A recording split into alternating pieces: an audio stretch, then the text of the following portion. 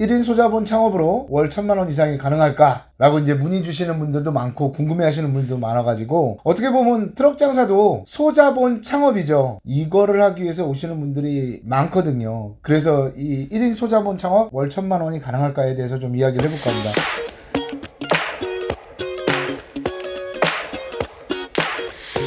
근데 이거는 확실히 짚고 넘어가야 될 게 뭐냐면요. 소자본으로 창업을 했다는 건 그만큼 내가 더 많은 노력이 필요하다는 거예요. 돈이 있이 시작하는 사람들보다 돈이 없이 시작하는 사람들은 그거에 대한 리스크를 내가 더 노력을 해서 따라가야 되는 거죠. 남들하고 똑같이 장사를 해서는 절대 그렇게 될 수는 없습니다. 근데 열심히 한다고 그러잖아요. 솔직히 사람들이 열심히 하면 돼. 뭐 열심히 해야 됩니다. 막 이런 얘기를 하잖아요. 근데 그 열심히의 기준을 어떻게 잡느냐예요. 제가 이제 소상공인들하고 재기중소기업, 뭐 청년상인, 시장상인, 뭐 정부단체 강의, 대학교 강의 뭐 이런 데 가서 기업체가 아닌 곳에 가가지고 늘 하는 말 중에 하나가 뭐냐면 열심히 한다의 기준을 단순히 남들보다 일찍 문을 열고 남들보다 가게 문을 늦게 닫는 거, 그게 열심히 한다고 착각하는 사람들이 많아요. 근데 그거는 열심히 하는 게 아니에요. 그거는 미련하게 하는 거예요. 진짜 장사를. 그렇다고 늦게까지 하는 게 미련하다는 게 아니라 그 시간 안에 내가 무엇을 할까를 고민을 해야죠. 내가 어떤 걸 할까? 내가 매출이 안 나오면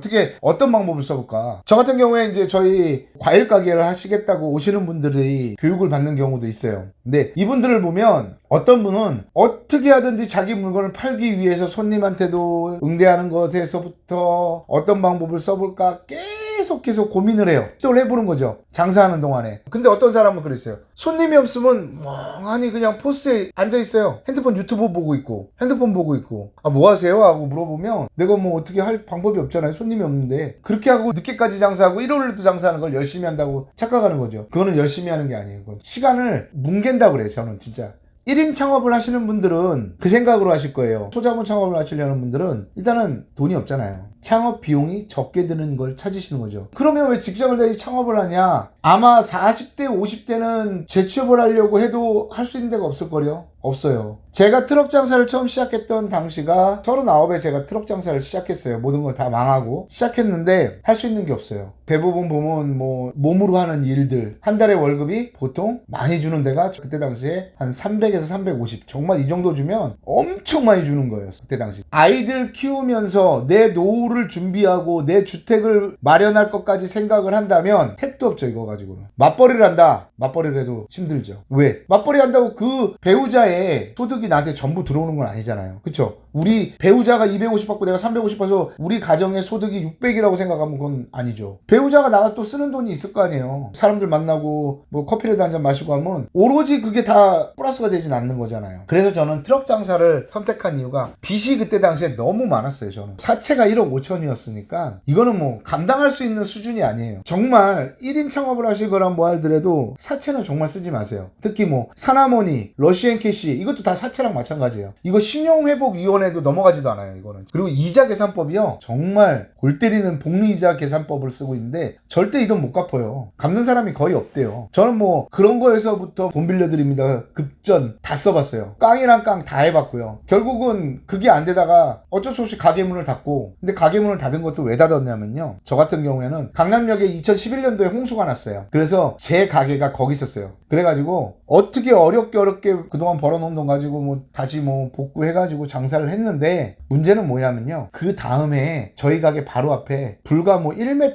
2m? 뭐 그 정도밖에 안 돼요. 조그만 그 차가 왕복으로 다닐 수 있는 그냥 골목 같은 길인데요. 거기를 어떻게 네 방향을 다 막고 공사를 하냐고요. 그 앞으로는 차가 진입을 못하게 거의 막아놓고 공사를 했어요. 그 공사가 1년 반 동안. 매일같이 막 시끄러운 소리에 먼지에 어마어마했어요. 공사 규모가. 그게 강남역에 내리는 비를 한 번에 모아다가 큰 축구장보다 몇 배 더 큰 지하에 콘크리트 관을, 어마어마한 관을 만들어서 그 물을 한꺼번에 모아서 한강으로 천천히 내려보내는 그런 빗물 저류장 같은 역할을 하는 그런 공사를 한다고 그래요. 결국은 망했죠. 그게 있습니다. 정부에서 공사하면요, 내 가게에 피해를 입었으니까 배상해 주겠지 절대 안 해줍니다. 제가 그걸 진정서를 몇 번 내고 민원을 제기하고 했는데 공무원들이 하는 말은 단 하나예요. 그런 거에 정부 공사에 보상을 해주기 시작하면 선례를 남기면 안 된다고 그러더라고요. 그래서 해주기 힘듭니다 라고 이야기를 해서 결국은 저는 거기서 쫓겨나고 말았어요. 그 가게에서. 그래서 선택한 게 트럭 장사였죠. 장사를 그래도 그 전에 10년 정도 했으니까 트럭 장사는 잘할 수 있으리라고 생각하고 근자감이죠. 제가 그래도 과일 가게 장사했을 때 제 목소리 톤이요, 그 제가 장사했던 곳의 대표하고 목소리 톤이 똑같아요. 그래서 사람들이 누구 왔어? 막 이럴 정도로. 그리고 장사도 못한 거는 아니었어요. 그때도 좀 잔머리가 제가 좀 빨리빨리 돌아갔나 봐요. 그때 당시에. 그래가지고 그래도 장사 못한다는 소리를 안 들어가지고 트럭 장사하면 잘하겠지 했는데 트럭 장사 처음에 시작해가지고 2달 동안은 정말 창피했어요. 집에 돈을 못 가져가는 거예요. 생활비라도 그래도 돈 100만 원이라도 줘야. 그때 막 돌진한 애기 있고 중3 딸이 있고 그런데 그것도 못 주니까 집사람이 어느 정도였냐면 그 당시에요, 아줌마들 모임이 있어가지고 모이는데 회비가 10,000원이래요. 근데 그 10,000원이 없어가지고 모임도 한 번을 간 적이 없어요. 이제 하는 일이 영업 쪽 관련된 집사람도 그런 일을 하다 보니까 차가 필수인데 기름값이 없는 날은 차를 못 끌고 나가는 거예요. 버스도 타기 위해서 한참 걸어가서 버스를 타고 그런 생활을 하고 있었어요. 애는 자고 있으면 천장에서는 쥐가 막 뛰어다녀요. 오래된 구옥이다 보니까. 그렇죠. 애 자고 있을 때 머리 털면 바퀴벌레 나오죠. 겨울에는 엄청 춥죠. 여름에는 또 엄청 덥죠. 그런 곳에서 살고 있어가지고 빚만 갚으다가는 제가 노후는 둘째치고 우리 애들 공부도 못 시키겠더라고요. 당장 먹고 살기도 힘든 거죠. 그래서 저는 어쩔 수 없이 트럭 장사를 선택했어요. 뭐 빼도 박지도 못하는 거죠. 길이 없었어요. 저는 뭐 소자본 창업을 해야지 뭐 이런 것도 없었어요. 이거 아니면 안 되는 거기 때문에 저는 장사밖에 방법이 없다 해서 저는 시작을 한 거예요. 그리고 장사가 이제 2달 정도는 거의 하루에 5만 원 10만 원 이 정도 팔다가 어떤 계기가 있었어요. 제가 자주 방송에서도 했던 얘기인데, 장사를 하고 있는데 어떤 아주머니가 제가 장사하는 모습을 보더니 오시더라고요. 그러더니 총각, 여기서 저번에 참외 팔았었지? 너무 맛있게 먹었어. 어머니 감사합니다. 그랬더니 어머니가 오늘도 한 10,000원어치만 줘 이러더라고요. 그래서 참외를 막 이제 주섬 좀 담고 있었더니 아주머니가 그래요. 총각 밥은 먹었어? 그러더라고요. 밥은 무슨 밥을 먹어요. 제가 하루 기름값 10,000원 20,000원이 없어가지고 막 뭐 장사가 돼야지 돈이 있을 거 아니에요.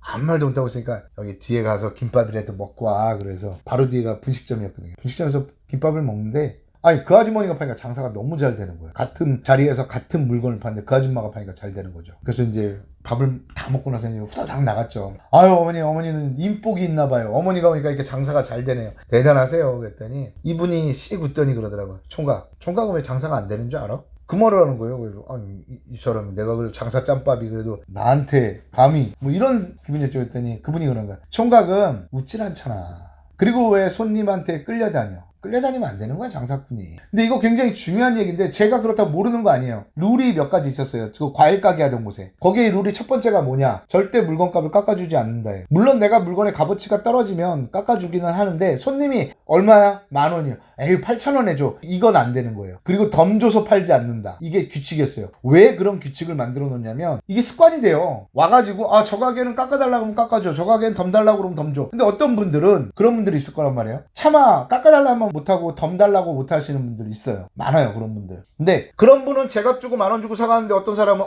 거기 가서 나 8,000원 주고 샀잖아. 깎아달라면 깎아줘. 그런데 되게 기분 나쁘거든요. 그럼 뭐야? 나같이 정직하고 착한 사람은 손해보는 거야? 이런 생각 들거든요. 그리고 그렇게 하게 되면 그 사람한테, 그 소비자한테 안 좋은 습관을 들이게 만드는 거예요. 절대 그걸 못하겠어요. 끌려다니면 안 됐어요. 거기서부터 알려주던 거죠. 근데 내가 그 트럭 장사를 하면서 그걸 다 잊어버린 거예요. 왜? 트럭 장사니까. 물건이 안 좋아서 못 팔아. 이래서 못 팔아. 저는 강남에서만 장사했거든요. 천당동, 논현동, 압구정동, 도곡동. 우리나라 부자들이 산다는 건 다 해봤어요. 뭐 잠원동 뭐 이런 데서만 장사를 해본 거예요. 저는. 그러니까 좋은 것만 팔아보았죠. 저는 태어나서 나쁜 거 한 번도 팔아본 적이 없었던 거죠. 그러니까 자신이 없는 거죠. 내가 스스로가 이건 안 좋아, 이건 나빠, 이렇게 되는 거죠. 그러니까 자신이 없으니까 손님한테 어필도 제대로 못하고 쭈뼛쭈뼛 하게 되는 거죠. 그리고 이때까지 했던 거는 과일 가게잖아요. 왜 트럭 장사와 과일 가게의 가장 큰 차이는 그거예요. 매장이 있느냐 없느냐예요. 왜? 매장이 있으면 나한테 든든한 성이 하나 있는 것 같아요. 누가 뭐라고 할 사람이 없잖아요. 내 가게에서 내가 장사하는데 월세만 따박따박 내면 누가 뭐라고 그래요, 나한테. 아무 말 안 하죠. 근데 트럭 장사는 아니거든요. 이 사람한테 치이고 저 사람한테 치이고 길거리 지나가면 욕먹고 막, 그게 트럭 장사잖아요. 그래서 핑계를 댄 거죠. 그리고 가게 같은 건 시원한 에어컨 틀고 겨울에는 온풍기 틀고 뭐 과일 상태 컨디션도 그러니까 좋죠. 그리고 좋은 과일을 팔다 보니까 오래 가요. 좋은 과일들은 또 컨디션이. 근데 비품 과일을 길거리에서 떼양볕에서 팔다 보니까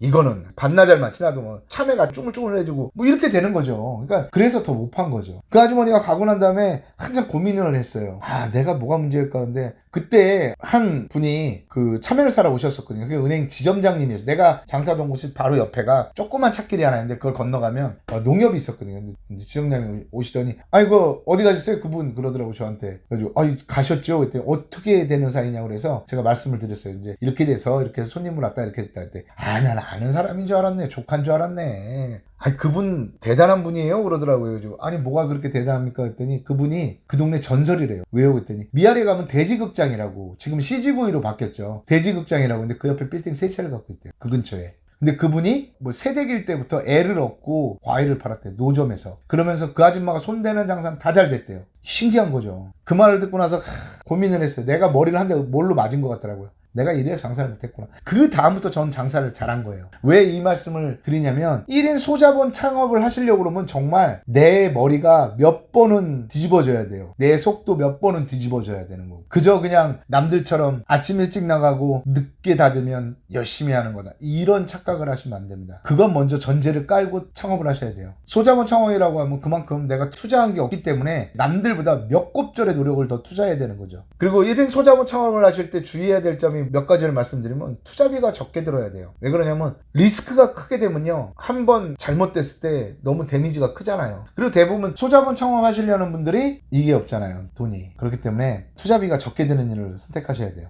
그리고 수익 나는 게 너무 먼 미래의 얘기가 돼서는 안 돼요. 그리고 그 수익이 나는 분기점이 잘하면, 열심히 하면 난다, 이 정도로도 안 돼요. 대부분 1인 소자본 창업을 어떤 걸 생각하시냐면 온라인 쇼핑몰, 네이버 스마트 스토어, 구매 대행, 뭐 유튜브나 이런 것들은 거의 뭐 우리가 흔히 말하는 떡상이라고 그래요. 떡상찌개는 불가능에 가깝잖아요. 뭐 보면 그래요. 블로그로 뭐 얼마 벌기, 아유 그거 힘들어요. 진짜 힘들어요. 내가 블로그만 진짜 미친 듯이 해서 인플루언서 돼가지고 막 하지 않는 한은 힘들어요. 그런 거는 잘하면 되는 거고 안 될 확률이 더 큰 거죠. 근데 내 글이 노출이 될 때까지는 시간이 어마어마하게 필요한 거예요. 될지 안 될지도 장담을 못 하는 거죠. 근데 40대 50대 분들이 1인 소자본 창업을 하실 때는 수익이 당장 나야 돼요. 왜? 내 가족이 먹고 살아야 되니까 힘들잖아요, 안 그러면. 그래서 투자 리스크도 작아야 되지만 당장 수익이 발생되는 일을 찾으시는 게 좋아요. 그리고 수익률이 좋은 거면 더 좋겠죠. 뭐 지출이 너무 많으면 안 돼요. 대부분 뭐 보시면 장사를 해보셨던 분들이나 사업을 하셨던 분들은 지출을, 이런 관리를 잘 하시는데, 직장 다니시던 분들은 손익분기점을 내는 걸 잘 힘들어 하세요. 그런 걸 잘 하셔야 돼요. 그리고 타겟층이 확실한 거를 선택하시는 게 좋습니다. 뭉뚱그려가지고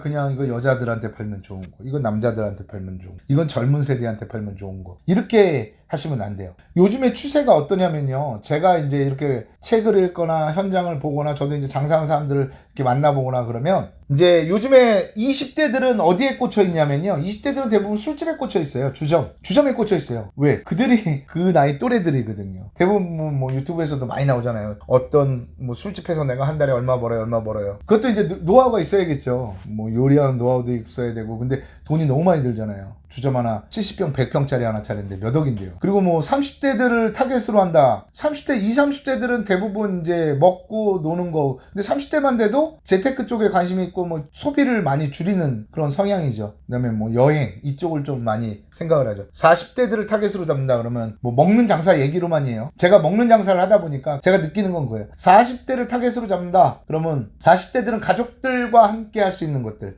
40, 50대들은 보면, 그리고 외식을 하더라도 주차장이 넓은데 뭐 이런 데를 선호를 하죠. 이건 더 투자비가 더 많이 들어요. 주차장까지 갖고 있으니까. 그리고 좀 깔끔해야 되고, 가족들이 같이 먹으니까. 요즘에는 제가 얼마 전에 좀 지인을 만날 일이 있어 강남역에 갔는데 깜짝 놀랐어요. 8시 좀 넘으니까 식당에 사람이 아예 없어요. 그래도 제가 한 15년 전? 그때만 해도 강남역 가면 막 직장인들 뭐 2차, 3차 막 그랬거든요. 근데 없더라고요. 8시 넘으니까 직장인들이 거의 없어요. 전부 젊은 사람들이에요. 이렇게 이제 타겟층이 확실해야 돼요. 트럭 장사의 타겟층도 확실해요. 50대, 60대, 70대가 타겟층이에요. 저희들은. 어머니들. 뭐 아버님들은 잘 안 쓰죠, 트럭대에서 물건을. 왜 그러면 사가고 욕먹을까 봐서 검증된 곳에서만 구매를 하시려고 그러죠. 그러다 보니까 잘 안 하세요.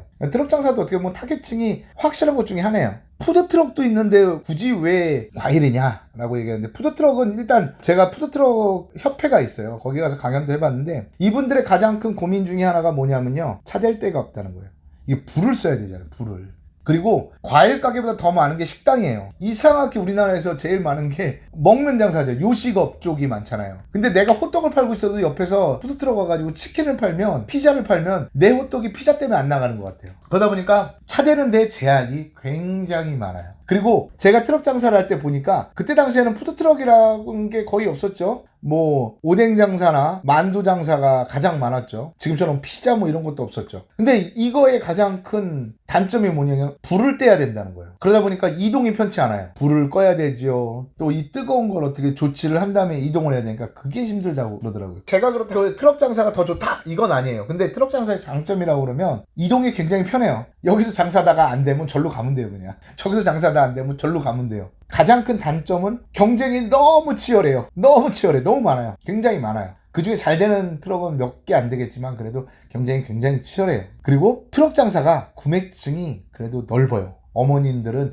또 경기가 어려울수록 나는 그냥 저렴한 거 먹어도 돼 이런 분들이 많기 때문에 알뜰하시잖아요. 어머님들은. 그렇기 때문에 트럭 장사는 구매층이 좀 넓어요. 그리고 또 다른 장사들 뭐 양말 장사도 있고 트럭에서 파는 것도 있는데 굳이 저 같은 경우 왜 과일이나 이런 신선식품을 하느냐, 회전력이 빨라요. 그리고 장사 시간이 길다는 거. 아침부터 저녁까지 새벽 시간에도 이용할 수 있으면 이용할 수 있고 장사 시간이 굉장히 탄력적이죠. 그래서 굉장히 큰 장점이 있습니다. 그리고 1인 소자본 창업을 하실 때는 많은 노하우를 막 갖고 장사하는 것보다가 잠깐 배워가지고 현장에서 바로 쓸 수 있는, 그래서 현장에 투입돼서 수익이 발생될 수 있는 그런 업종을 선택하시는 게 좋아요. 1인 소자본 창업에 대해서 이제 얘기를 좀 해드렸는데, 막 트럭 장사를 그래도 나는 좀 매력이 있다. 특히 40대, 50대 분들, 60대 분들. 60대도 뭐 오셔서 저한테 그런 얘기해요. 나이가 많아서 저희 60대 분들 많이 있었어요. 상관없습니다. 궁금하시다면 저희가 클래스 U에 제가 강의를 개설했어요. 이달 쫙 밑에 또 링크가 우리 댓글로 나갈 거거든요. 고민 한번 해보셔도 나쁘진 않을 것 같아요. 트럭 장사가 여러분들한테 꿈을 드릴 수 있는 일이고, 지금까지 뭐 저희가 한 300명 정도가 교육받았고, 저희는 무조건 뭐 교육받는다고 해도 끝까지 가는 게 아니라